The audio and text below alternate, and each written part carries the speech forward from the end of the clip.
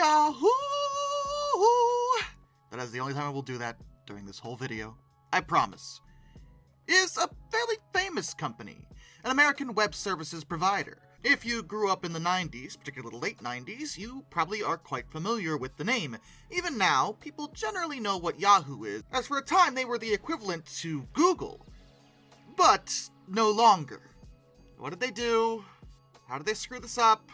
If they were so successful, why aren't they anymore? We ask these same questions every time we talk about these company falls, and I will happily answer them. Yahoo is not as old as some of the other companies we've talked about. Even AOL predates them. Yahoo dates back to January of 1994, to two individuals, Jerry Yang and David Philo. These two guys were electrical engineering graduate students at Stanford, and on a whim, they decided to create a new website in the old-school 90s internet. This site was titled, in a mouthful of a name, Jerry and David's Guide to the World Wide Web. Basic, boring, not very brandy, but like I said, they really weren't necessarily trying, at least at the time, to grow this into a massive business. See, back in the early days of the web, the idea of a search engine was... well, the idea was there, but no one had implemented it effectively. Finding things on the old school internet was a heck of a lot more difficult than it is now. That's why services like AOL existed. It went beyond just providing internet, they also provided a portal to help you find certain things. In the case of Jerry and David's Guide, it wasn't a search engine, at least at first. It was a web directory that was human edited. Instead of searching, you still searched, but the search wasn't automatic. You had to manually go through a literal directory, not dissimilar from a real-life phone book, except instead of searching for phone numbers, you'd be searching for websites. It was a very cumbersome way of doing it, but back then it was kind of a godsend. Like I said, finding things otherwise was difficult. Jerry and David had organized things into a solid website with a whole bunch of links to other websites, and they had organized them in a bit of a hierarchy, rather than a searchable index setup. This did make it easier to navigate by the standards of the time. Somewhat unexpectedly, their website was a big hit. Over time, they started getting a lot of hits, like up to 1 million, and they realized they might have something big on their hands. They also realized that Jerry and David's Guide to the World Wide Web was a really stupid and annoying name that would not be suitable for a corporate image. So they chose the name Yahoo, with an exclamation point. So technically speaking, it should be said, Yahoo! With some energy. But I'm not gonna do that, for two reasons. A, that's annoying. And B, the only reason that exclamation point is there is for trademark purposes. See, Yahoo, on its own, was already owned by a different company. They couldn't get the rights to that when they attempted to. So they added the exclamation point, and thus they could trademark it. They also indicated that Yahoo is a backronym, an acronym created out of an already existing word, for yet another hierarchically organized oracle, or yet another hierarchical officious oracle. These are believed to simply be jokes, as honestly, they really only chose Yahoo because it was kind of a fun name. It was just one of those simple things. They thought it was good, and it did work. The official yahoo.com domain was created on January 18th, 1995. On March 2nd of 1995, they incorporated and began seeking advice from people that were a lot more business savvy than them. David and Jerry were good with tech, but not necessarily super familiar with the business side of things. So they spoke with an entrepreneur named Randy Adams, as they were hoping to get some funding from a venture capital firm. Adams would introduce them to Michael Moritz, who is a Welsh-born American billionaire. Moritz liked the pair and thought their new company had potential, so he, acting through Sequoia Capital, provided them with 2 rounds of funding, raising a total of $3 million to fund their operations. And just the following year, April 12, 1996, they would take the company public, having their initial public offering at $13 a share. This would net them $33.8 million. But were they really funding just this directory? Well, no. By 95, they had started venturing into the idea of making a proper search engine, something that people could actually use to find websites, a modern search engine like we would use now, and they called it Yahoo Search, though at the time, it was still based on the directory. However, that directory was pretty substantial, so that setup did work, and they would soon rise to become the first popular directory and search engine on the internet. A lot of people used Yahoo like they would use Google today. I still remember in my computer class back in grade school because... oh, goodness, I just dated myself. Okay, for you young people out there, maybe you don't fully understand this. Back in the day, when I was a child, we had a dedicated computer class at school that taught us all about how to use computers, because they were new and fancy, and the powers that be thought that society would keep moving in that direction, and the kids should probably know how to use them. It's just funny to think about now, because it just dawned on me that my son, who is also in school, was just issued a computer, like, just to use for all his classes. Like, that didn't happen back then. It's just, the times have changed, you know. Anyway, but the reason I bring that up is that I remember an argument between pretty much everybody in my class versus my computer teacher, because he was teaching us about search engines, but he insisted that nobody was allowed to use Yahoo. The reason for this is that he thought that the creators of Yahoo had said, and I quote, "Let's get some dumb Yahoos to go to our website." And he didn't like that, so he made us use Ask Jeeves instead. Anyone else remember Ask Jeeves? No? No? Just me? Well, the other kids fought him on it. I didn't know what was going on, because I really didn't have any friends, and a lot of the stuff that was common knowledge for people wasn't really something that crossed my path. I kind of found my own way. So my first exposure to Yahoo was everyone else in my class arguing with the teacher about how much better Yahoo was than Ask Jeeves. It was ridiculous. But the point is that Yahoo was exceedingly popular. People liked it because it worked. You could search for something, and Yahoo would steer you in the right direction. It wasn't as sophisticated as modern search engines, certainly not, but back for the 90s it was great. Within just 2 years of their initial public offering, their stock price would rise 600%, an astonishing increase for any company. And they introduced their own web portal, putting them in direct competition with other services, such as Lycos or Excite, or even AOL. And though AOL always eclipsed them in terms of providing internet service, Yahoo was the most popular website, or at least the most popular starting point for web users. Generally, when someone wanted to find something online and didn't know where to go, they would start with a Yahoo search, attaining 95 million page views per day. Naturally, they started making a lot of money. Because of course they did. That's generally what happens with these sorts of things. And one of their earliest, and quite frankly, pretty good decisions, was to offer free emails. Back in the 90s, getting a hold of an email address did cost a little bit of money. Even through AOL, well, you had to pay for the AOL subscription. But Yahoo decided, you know what, let's just give people a free email. So they did, starting in October of 1997, after they acquired a different company named Rocket Mail, which happened to be one of the first major free webmail services. They would rename it to Yahoo Mail, because, yeah, on brand. And they made 2 exceedingly large acquisitions in 1999. They got a hold of GeoCities for $3.6 billion, and Broadcast.com for $5.7 billion. GeoCities was a web hosting service. It allowed people to create and publish websites for free, and to browse user-created websites. It was very popular among people that didn't necessarily know how to make a website from scratch or how to host it, but you could do it through GeoCities and have your own page that way. Broadcast.com was a bit more interesting, though, because you hear the word broadcast and you think, was it an early version of YouTube? And no, but yes, sort of, not really. Broadcast.com was an internet radio company. It was founded as AudioNet in September of 1995. In the early days of the internet, streaming video was a bit of a tall order. The data transfer just wasn't high enough to get good quality video over the internet. But sound was a different story.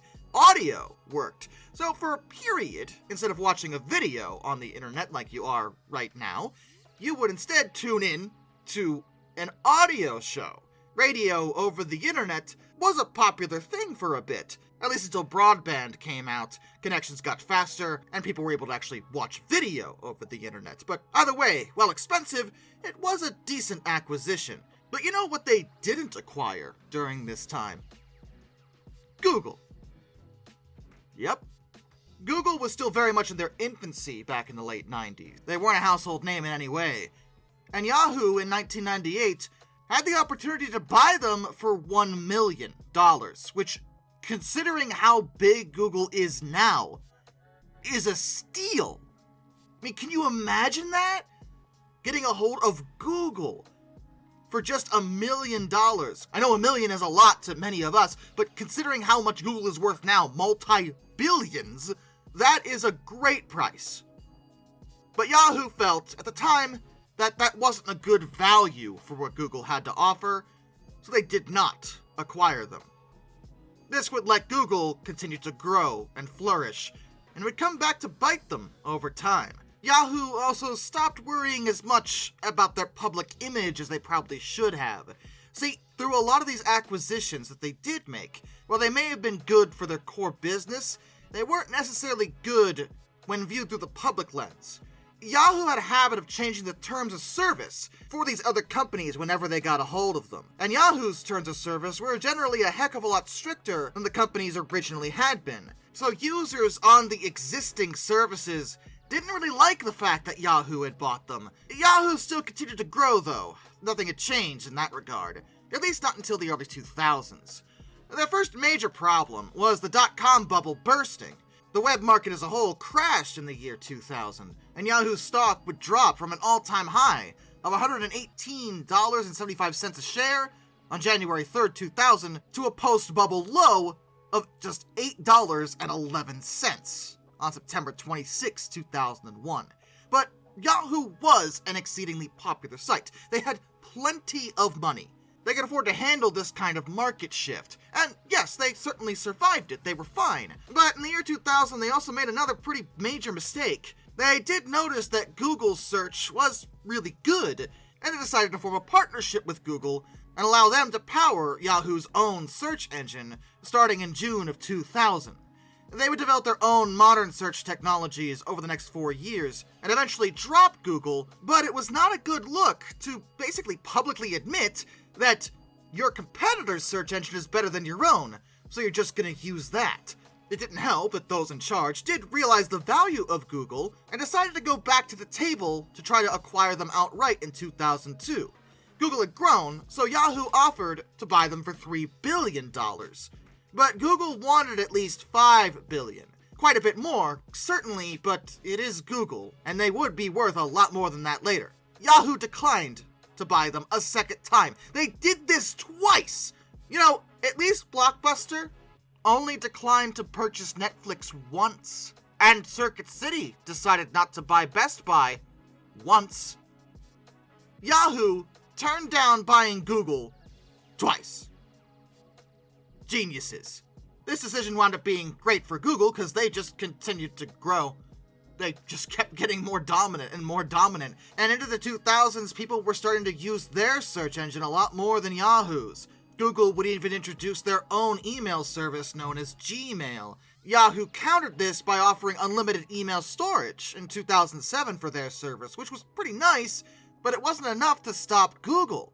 By 2008, they were on a significant downslope, and they started having to issue layoffs. And they had managed to damage their image again in March of 2004, when they decided it was a really just top-tier decision to introduce a paid inclusion program, whereby commercial websites would be guaranteed listings on the Yahoo search engine if they paid Yahoo for that. While this did net them quite a bit of money, nobody else liked it but Yahoo. Website marketers simply didn't want to pay Yahoo to show them because they thought that was ridiculous, and the public wanted an effective search engine that would show them all the results. And people noticed that the paid-for listings were generally indistinguishable from the regular search results, so what was the point? They tried acquiring other things, like the photo-sharing service Flickr. Remember Flickr?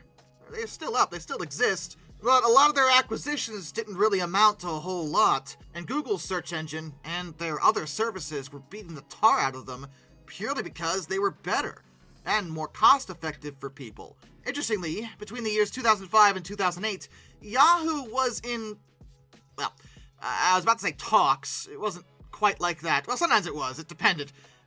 Talks with Microsoft over the idea of Microsoft buying them out.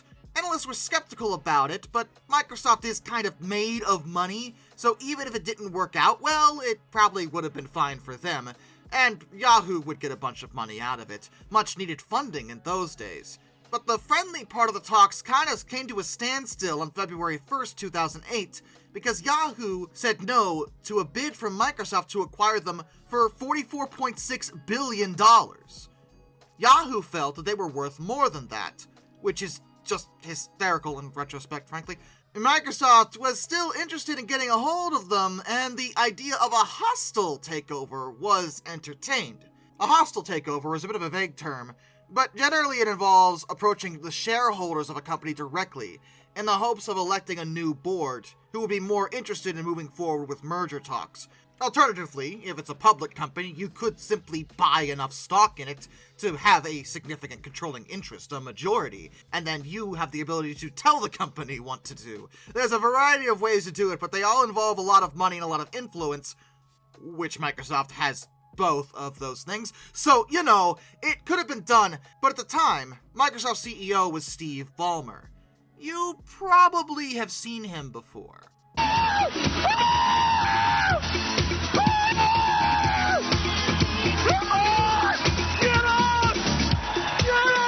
Despite Ballmer's crazy, energetic antics, he actually was a pretty good boss, all things considered, and a solid businessman. And he did threaten them with a hostile takeover, which Yahoo was angry about. And then Microsoft tried to be nice again and raise their offer by another $5 billion, which Yahoo still felt that they were worth more than that.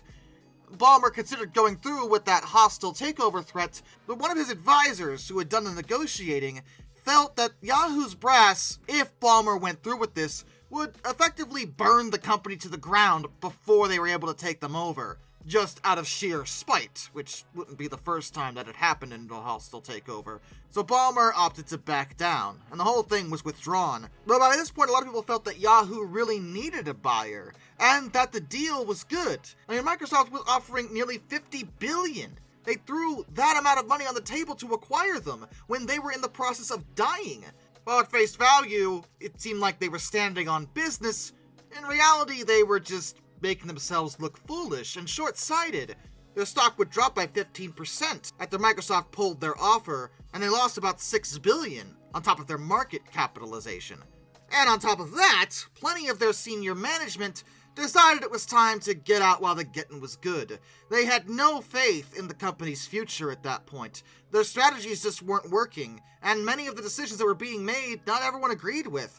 It was stressful and obnoxious, and they were out. Though eventually they would make a deal with Microsoft. Not the deal Microsoft was initially offering, but a deal. On July 29th, 2009, signed a 10-year arrangement that gave Microsoft full access to Yahoo's search engine to be used in future projects, and Yahoo's search engine would henceforth be powered by Microsoft's search engine, Bing. This arrangement proved also a bad move, as Yahoo's share price fell again. And from here on in the story, things get really awkward for Yahoo. I think it's obvious by this time that they have no idea what the heck they're doing. Google is destroying them. They don't know how to innovate, they don't even know how to power their own search engine.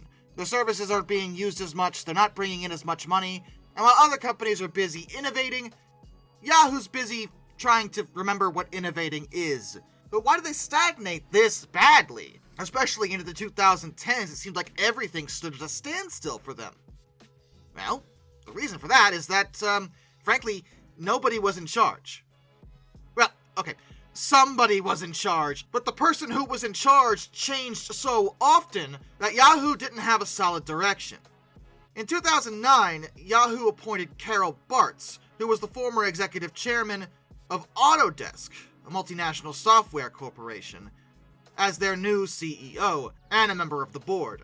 And she is the one that made that arrangement with Microsoft, allowing Yahoo to use Bing for their search engine with Yahoo branding, and in turn, Yahoo became the sales team for banner advertising on the search engine, making both of them money. Later in 2009, they launched a new version of their homepage, which they called Metro, allowing users to customize it. It was neat, but it didn't really help them, and the company continued going downhill. In September of 2011, Bartz was fired by the company's chairman, Roy Bostock, and the CFO, Tim Morse, was named as interim CEO of Yahoo. But that didn't last long. On January 4th of 2012, they hired a new CEO, Scott Thompson, who was the former president of PayPal. He immediately turned right around and began laying a whole bunch of people off. Yahoo would announce 2,000 jobs would be cut, though it would save them about $375 million, so in their situation it did probably make sense, but obviously no one likes to hear about layoffs. Though, in Thompson's defense, he did have some interesting and good ideas. He kind of viewed Yahoo as sort of, well, retail. He didn't really see the company as user-oriented, but rather customer-oriented. In his mind, customers included both the users as well as advertisers, and he felt that their needs should always come first, and that they would need to balance out both.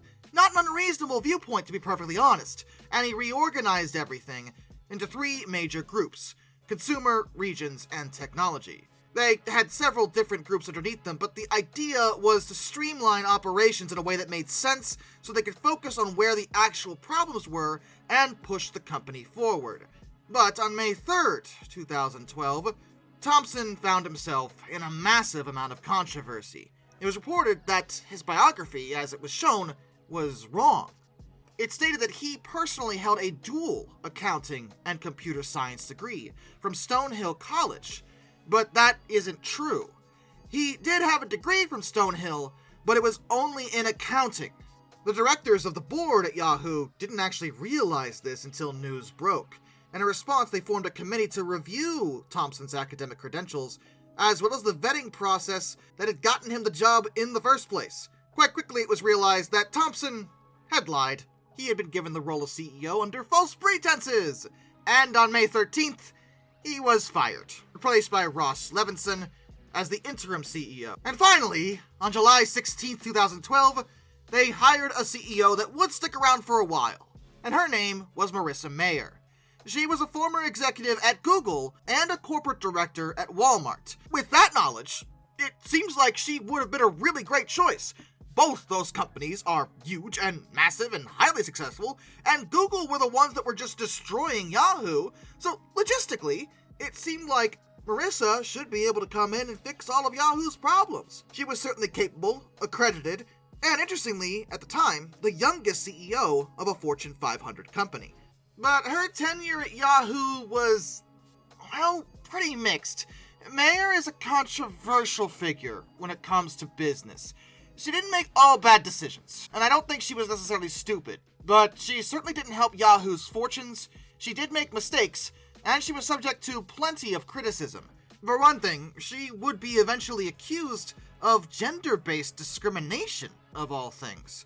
It was an interesting accusation, and mind you, it did result in a lawsuit that was eventually dismissed, but it was based off of Mayer's relationship with her employees. For one thing, she launched a new online program that she called PB&J. It collected complaints from employees, as well as their votes on problems in the office. And if a problem generated at least 50 votes, management would automatically investigate the issue. Since, well, it obviously was a big complaint. It's a weird thing, because if 50 people are complaining about one thing, you'd think the bosses would do something in general. If the bosses aren't doing something, why do they still have a job? Anyway, it was an interesting idea, though in February of 2013, Mayer insisted that all remote working employees had to convert to in-office roles. And this is of course pre-pandemic. The fact that Yahoo even offered remote jobs was actually pretty cool. Well, she did away with that. Everyone had to be in an office, forever. Get in the cubicle. You will like it in your tiny box. And regardless of your opinion on that, the problem people had with it was, other than the fact that the remote working employees were understandably irritated, Mayer was a hypocrite. She herself had worked from home for several months, towards the end of her first pregnancy.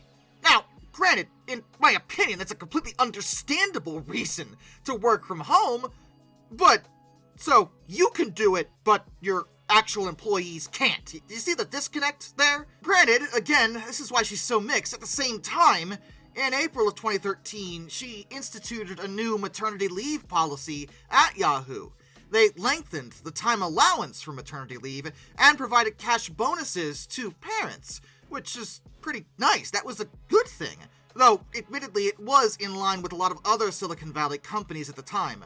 Both Facebook and Google had also updated their maternity leave policies to be a lot nicer. That same year in 2013, Mayer made a decision to acquire Tumblr for $1.1 billion.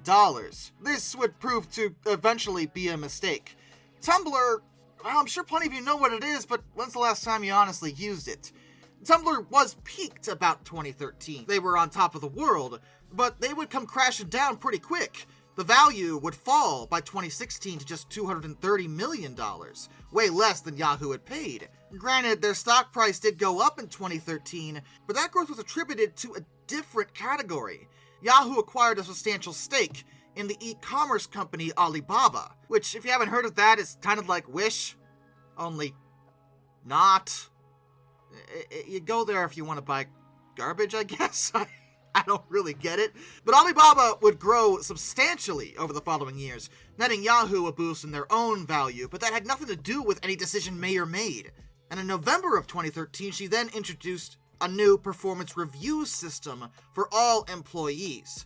She opted, in her infinite wisdom, to base this review system on a bell curve ranking. If you don't know what that is, well, it generally refers to something called normal distribution, or Gaussian distribution. It's a probability theory. Regardless of what exactly you're measuring or data tracking or whatever you're doing, the average is going to fall in the hump, or, well, the bell curve, hence the name. And the outliers will be to either side, those that are above average and those that are below average. Well, Mayer decided it was a good idea for the managers to rank all their employees on a bell curve, and anyone who fell on the low-end outlier side would be fired. This is what led to the accusations of bias, because it was felt that the new model actually tended to be unfavorable to male employees. Again, the lawsuit was dropped, and to be honest, I'm not sure how a bell curve necessarily was biased against males, since, it ranked everybody as one unit. But the man who filed the lawsuit claimed that his performance reviews were perfectly acceptable prior to the bell curve thing, and then all of a sudden it was a problem. But maybe there was something internal going on, who knows.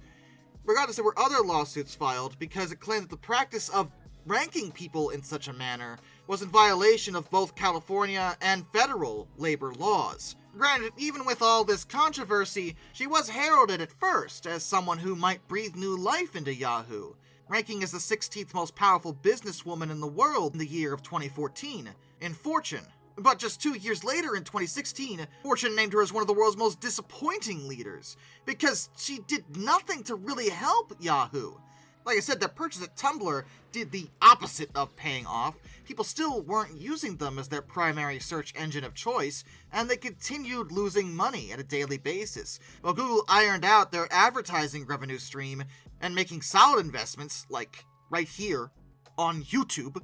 Google owns YouTube, and I don't know if this is news to you, but you're using YouTube right now, as are billions of other people. Yahoo spent money acquiring things that didn't actually net them much money, like Rockmelt. What the heck is a Rockmelt?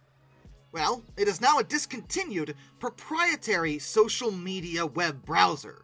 They purchased Brightroll as well, which was a programmatic video advertising platform. It would become Yahoo's primary video advertising marketplace, and didn't do nearly as well as Google. Again, they paid over $500 million for Brightroll, and I assure you did not make that money back. Nothing they did was actually helping. Yahoo's downward slope continued to, slope downward. There was nothing they could do to stop it.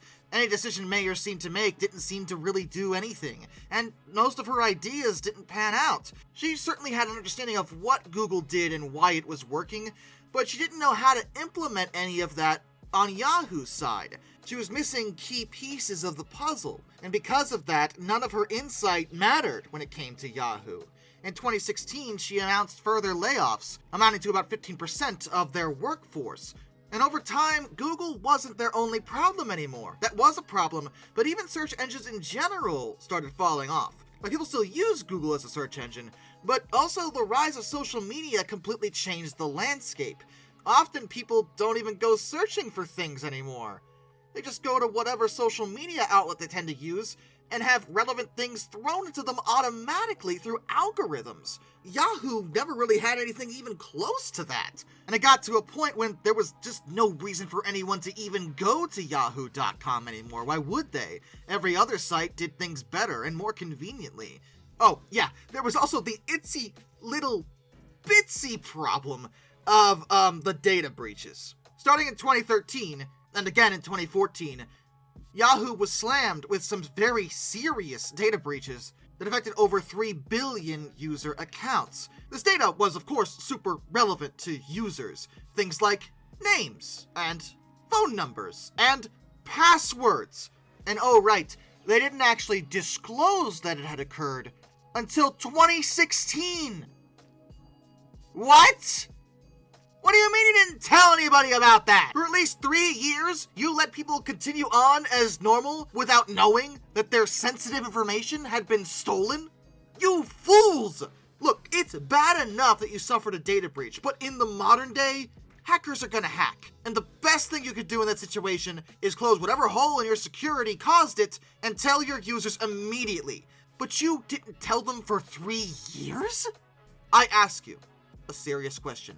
Who on this planet would trust you after that? It's the equivalent to going outside to collect your mail, only to be confronted by a horde of angry bees once you open the mailbox. And then 3 days later, your mailman calls you and says, oh, by the way, your mailbox is infested with a horde of angry bees.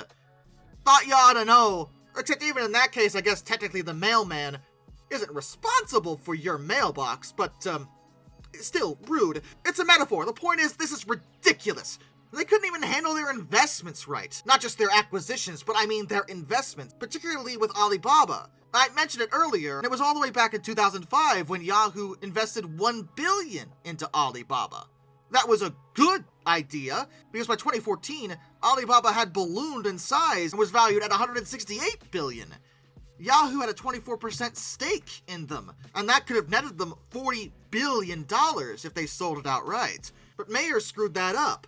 She couldn't figure out how to extract the full value of the investment, and she wound up selling a significant portion of the stake for a lot less than she could have. And by that I mean like billions less. It was just so dumb. All this combined meant that Yahoo had no way forward. They could not do it on their own anymore. They were getting destroyed on every avenue, and no one even liked them. And they were bought. If you saw my video on AOL, you already know by who.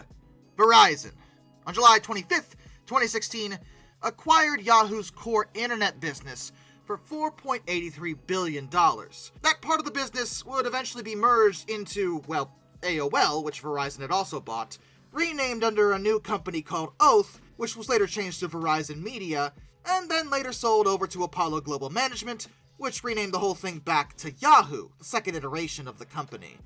They are still around, but as recently as 2023, they cut 20% of their workforce. Though in their defense, in that case, that was at the same time that other companies like Google were also going through a period of layoffs. But that's not quite the end of the story, because other elements of Yahoo survived in other forms. Verizon bought the internet portion of Yahoo, that part of the business, but the company had other assets that Verizon didn't actually acquire. Those assets were reformed into a new company called Altaba, and it was reorganized as an investment fund. One other element of Yahoo that is still very much alive: Yahoo Japan. All the way back in January of 1996, the original Yahoo, as well as SoftBank, a Japanese multinational investment holding company, partnered together to create Yahoo Japan, and it was meant to establish the first web portal in Japan. It was incredibly successful, though much like America's Yahoo, it did start losing ground, but not nearly as bad. They were unaffected by Yahoo's sale to Verizon, as they were a separate entity and were allowed to continue on as they were. They're still somewhat used in Japan, however they made the decision to partner up with Google over there and utilize their search engine technology along with the other services they're offering. That deal is set to expire in 2025, and after that they plan to move over to a South Korean company, Naver, to use their search engine technology. In any case, the point is that Yahoo is still alive in several different forms, but none of them are as big as they once were and are likely never to be again. They just couldn't figure out how to keep innovating. They started out innovating, like a lot of companies did, but once the landscape started changing, it seemed like every decision they made and every investment they threw out there did nothing to help them. They lost so much money on really bad deals, were outcompeted and therefore offered an inferior product, and that combined with completely obliterating any trust the public had in them, meant that there was no way they could ever hope to recover. And with that, a special thank you go out to all my underwater train finders, Some Dude 267, Benjamin Owens, Anzac A1, Arthur Roy, Jack Carson's River Videos, Lord Off 444, Icerfer 1405, Charles Kwiatkowski, Matt Weaver, Tom Redlion, NS Productions 8104, Wheeljack 8401, Rescues Greyhounds The Baxter, Caleb Crosswhite, Josh Johnson, Caleb Brainwaters, Prez Drenton, Master of None, Travis Alinsky, JBL Explorers, Tommy Rossini, Ben McCullough, Panzer Kitsune 131-232, Mark Holding, Mr. Cherevel, Hayden DeGrow, Bad Train Puns Are Best, Kurt Forkham, Mr. Sleepy, Harry, Drew Debris, George Kenny, Kevin Wood, Liam Wright, Hendrick Motorsports Fan 5, Hannah Bird, Duraushi, A-Person 723, William Nemo, Dr. Racer 78, Shimasu, Metal for Life Guy, Andrew Bowen, Crimson Rose, Ryan Wehofer, Zintac M, Boss K, Orange Glass, Andy, The Conceptualist, Acoletti, Ohio Trucker 1, Windy City Rails, John Videolaw, AET Museum, NJ 1969, Extra Special J, Jonathan Coco, Kieran Tibbetts, DFL Church, Motor Drone Stall, Bob Condirk, Your Mom Liked It, Jared Brussel, and of course, my dad. Till next time, this is Darkness, individual of fun. Farewell.